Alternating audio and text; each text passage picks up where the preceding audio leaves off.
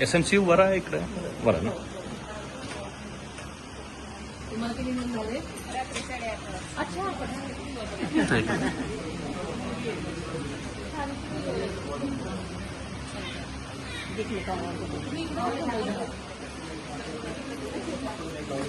सिसर झाला होता का? सिसर झाला होता. ओके.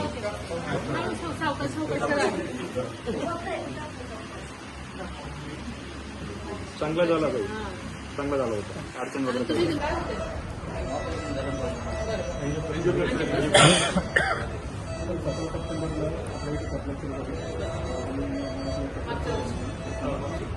आता 15 ते 20 आसपास एक होता. त्यानंतर आपल्याला एंजिओग्राफी आणि एंजिओप्लास्टी असं पण टोटल आपलं जे रिझल्ट आहे ते 287 आसपास झालेलं आहे. नियर अबाउट मॅडम तर सपोज नंबर आहे सप्टेंबरला चालू केला.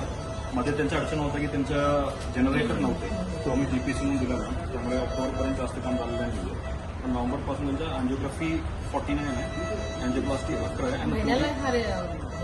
तर मग प्रोग्रेस महिन्याला आपलं रोजचे नाही म्हटलं तरी ऑलमोस्ट 100-200 होतं. पण त्यांच्या अँजिओप्लास्टी आणि अँजिओग्राफी कमी आहे कम्पॅरेटिव्हली. त्याचं कारण असं आहे की मॅम डॉक्टर साहेब तुम्ही वीकली किती दिवस येतात? ते डेली येतं. डेली येतं. टेक्निशियनचा कोर्स नंतर नंबर वाढत आता